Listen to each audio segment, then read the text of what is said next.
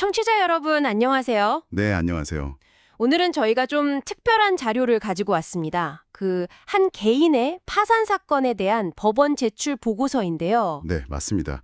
서울회생법원에 실제 제출된 파산관제인의 보고서죠. 이걸 바탕으로 한 개인이 어떻게 파산에 이르게 됐는지 그 과정과 법적 절차를 좀 생생하게 들여다볼까 합니다. 네, 저희가 오늘 드리는 말씀은 전적으로 이 보고서 내용에만 근거한다는 점, 그리고 채무자분이나 관련 회사 이름 같은 정보는 모두 익명으로 처리된다는 점 미리 말씀드립니다. 그렇죠. 개인정보 보호가 중요하니까요.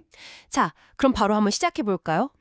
이 사건의 채무자분은 어떤 분이신가요? 네, 보고서를 보면 이분은 73세 남성이시고요. 70대시군요. 네, 고등학교 졸업하셨고 현재는 직업은 없으신 상태입니다.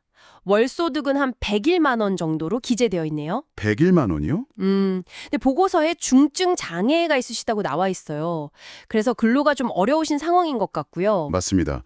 과거에는 영어 강사로 활동하셨던 이력도 있으시더라고요. 아, 영어 강사셨군요. 그런데 현재는 소득 활동이 거의 불가능하신 거네요. 네. 그리고 이분의 그 주거 이력을 좀 주목해 볼 필요가 있는데요. 주거 이력이요? 네. 보고서를 보면 2012년부터 2023년까지 그러니까 거의 10년 넘게 여러 고시원을 옮겨 다니셨어요. 고시원이요? 아. 네. 보증금은 없었고 월세로 한 30만 원에서 35만 원 사이를 내면서요. 그러다가 이제 최근에 LH 임대주택으로 옮기셨는데 거기는 보증금이 263만 원에 월세가 약 5만 원 정도입니다. 와, 10년 넘게 고시원 생활을 하셨다는 건 재정적으로 정말 오랫동안 불안정했다는 이야기네요. 그렇죠.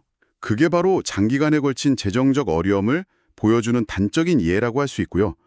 보고서에서 파탄 시점을 2022년 2월로 보고 있는데 그 이전부터 이미 상황이 좋지 않았다는 걸 짐작할 수 있는 대목이죠. 그렇군요. 보고서에 보니까 과거에 사업을 시도하셨던 내용도 있더라고요. 아, 네. 몇 가지 사업 이력이 나옵니다. 그 성생활용 침대 관련해서 네트워크 회사에 투자를 하셨던 적이 있고요. 네. 성생활용 침대요. 좀 특이하네요. 네, 그렇죠. 근데 이때 동생분께 돈을 빌려서 투자를 하셨는데 결국 수익 겸 지급이 중단되면서 손실을 크게 보셨다고 해요. 아이고, 동생 돈까지 빌려서 하셨는데 안타깝네요. 또 다른 사업도 있었나요? 네, 또 있습니다. 2006년경에는 러시아 지하 광산 소금 사업을 시도하셨어요. 러시아 소금 광산이요. 이것도 좀 흔한 사업은 아닌 것 같은데요. 네. 이때도 동생분 돈을 사업 자금으로 사용하셨는데 이건 역시 잘 안 돼서 2007년에 그만두시고 부채만 남게 되었다고 보고서에 나와 있습니다. 아, 두 번 다 동생분 자금을 쓰셨는데 결과가 안 좋았군요. 네. 그리고 또 2006년부터 2012년까지 익명의 속성영어학원, 그리고 2006년부터 2007년까지는 익명의 자원개발 회사 대표로 등재된 기록도 있어요. 대표로요? 그럼 수입이 좀 있지 않았을까요? 그런데 해당 기간 동안 신고된 수입은 전혀 없었다고 합니다. 아, 이름만 대표였을 수도 있겠네요. 정말 쉽지 않은 시간들을 보내셨을 것 같아요. 네, 맞습니다. 그래서 보고서는 파산 원인을 여러 가지로 보고 있어요. 대출이자 부담이나 실직 상태, 그리고 방금 말씀드린 사업 실패들, 또 생활비 지출 증가 같은 복합적인 요인들이 작용했다고 분석하고 있습니다. 복합적이군요. 특히 이제 과거 사업 실패로 인한 부채가 계속 쌓여온 상태에서 고령이시고 또 건강 문제, 아까 말씀드린 중증 장애가 있으시잖아요. 네네. 그래서 더 이상 근로를 통해서는 이 빚을 갚는 게 불가능해진 상황, 이게 결정적인 원인으로 보입니다. 그렇군요. 2020년에 협의 이혼을 하셨다는 내용도 있던데요. 재산 분할은 없었다고 하고요. 네, 그 점도 언급되어 있는데 아마 이혼 당시에도 부부가 나눠 가질 만한 유의미한 재산이 거의 없었을 가능성이 높다는 걸 시사하는 거죠. 상황이 정말 어려우셨네요. 그럼 현재 채무 규모는 어느 정도인가요? 채무 규모가 상당합니다. 한국자산관리공사를 포함해서 총 5곳의 채권자에게 진 빚이 있는데요.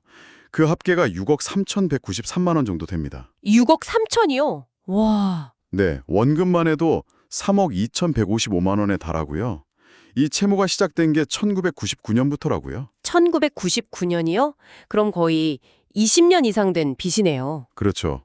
그동안 생활비나 기존 빚 갚는 데 쓰고 또 사업자금으로도 쓰고 하면서 누적된 거죠. 그럼 반대로 현재 보유하고 계신 자산은 어느 정도인가요? 이 많은 빚에 비해서. 자산은 정말 미미합니다. 보고서상으로는 예금이 180만 원, 보험 해약했을 때 받을 수 있는 환급금이 11만 원, 그리고 현재 거주 중인 임대주택 보증금 263만 원. 이게 전부입니다. 다 합쳐도 한 454만 원 정도? 6억이 넘는 빚에 비하면 정말 거의 없는 상태네요. 그래서 파산관쟁의 보고서가 바로 그 점을 지적하고 있습니다.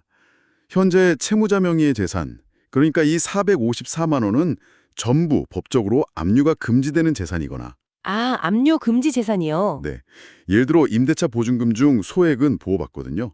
그리고 예금도 일정 금액 이하는 압류할 수 없고요. 또 이 금액 자체가 6개월간의 생계비 범위 내에 해당하기 때문에 파산 절차에서 채권자들에게 나눠줄 재산, 이걸 이제 환가한다고 하는데 환가할 재산에서 제외된다고 판단을 내렸습니다. 아, 환가 포기 결정이군요. 네, 환가 포기 결정을 한 거죠.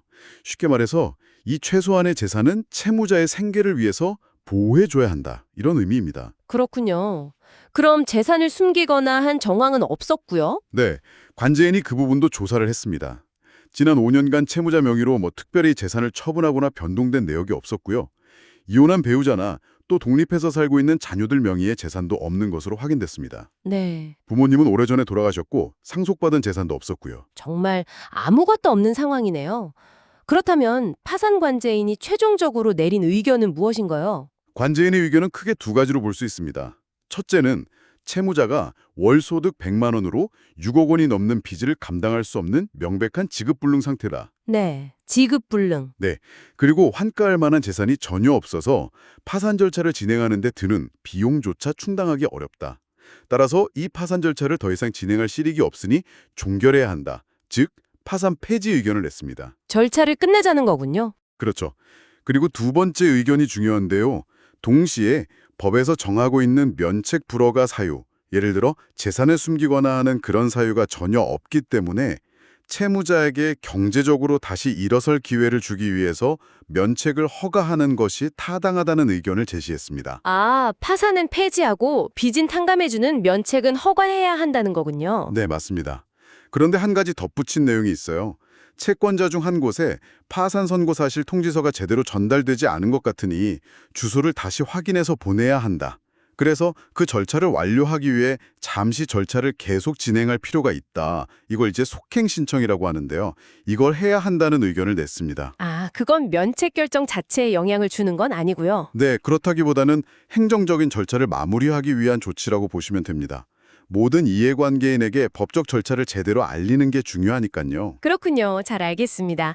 자, 오늘 저희는 이렇게 과거 사업 실패와 누적된 빚, 그리고 고령과 건강 문제까지 겹치면서 파산에 이르게 된 한 분의 사례를 실제 법원 보고서를 통해 아주 깊이 들여다봤습니다. 네, 채무 규모가 6억 원이 넘는 정말 큰 금액이었는데도 불구하고 실제로 변제에 사용될 수 있는 자산은 거의 없었죠. 네, 그래서 결국 법적으로는 파산 절차를 종결하고 또 채무 면책을 통해서 새로운 시작을 할 수 있도록 지원하는 방향으로 결론이 나는 과정을 확인할 수 있었습니다. 청취자 여러분께서는 이 사례를 어떻게 보셨는지 궁금하네요. 저는 이 사례가 개인 파산이나 면책 제도가 왜 우리 사회에 필요한지를 아주 잘 보여주는 단면이라고 생각합니다. 아, 제도의 필요성이요? 네. 개인이 정말 자신의 노력만으로는 도저히 감당할 수 없는 재정적 어려움에 직면했을 때, 특히 나이나 건강 문제처럼 어쩔 수 없는 요인이 결합되었을 때 사회적인 안전망으로서 이 법적 구제 절차가 어떻게 작동하는지를 보여주는 거죠. 그렇죠. 최소한의 인간적인 삶을 유지하고 다시 일어설 수 있는 기회를 제공한다는 의미가 있겠네요. 맞습니다. 경제적 갱생의 기회를 주는 제도적 장치인 거죠. 여기서 근데 우리가 한 걸음 더 나아가서 이런 질문을 던져볼 수도 있을 것 같아요. 어떤 질문일까요? 이분의 채무가 아까 1999년부터 시작됐다고 했잖아요. 네, 20년이 훌쩍 넘었죠. 그렇죠. 20년 이상 지속됐고 그 사이에 여러 번 사업 시도도 있었지만 다 실패로 돌아갔다는 점을 생각해보면 이게 단순히 개인의 어떤 노력 부족이나 판단 착오의 문제만일까? 아니면 한번 금융적으로 어려움을 겪었을 때 거기서 장기적으로 회복하는 과정 자체가 구조적으로 너무 어려운 건 아닐까? 이런 생각을 해볼 수 있다는 거죠. 아, 초기 실패로부터 회복하는 과정의 어려움, 그게 구조적인 문제일 수도 있다. 네, 특히 이분처럼 건강이 나빠지고 또 고령화라는 변수가 작용할 때는 더더욱 그렇겠죠.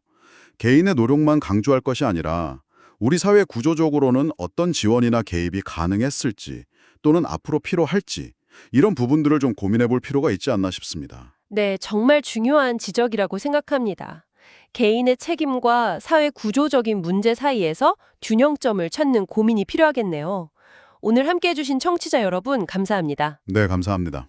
개인의 금융적 어려움 뒤에 숨겨진 여러 복잡한 현실과 또 이를 돕기 위한 법 제도의 의미에 대해서 다시 한번 생각해 보시는 그런 시간이 되셨기를 바랍니다.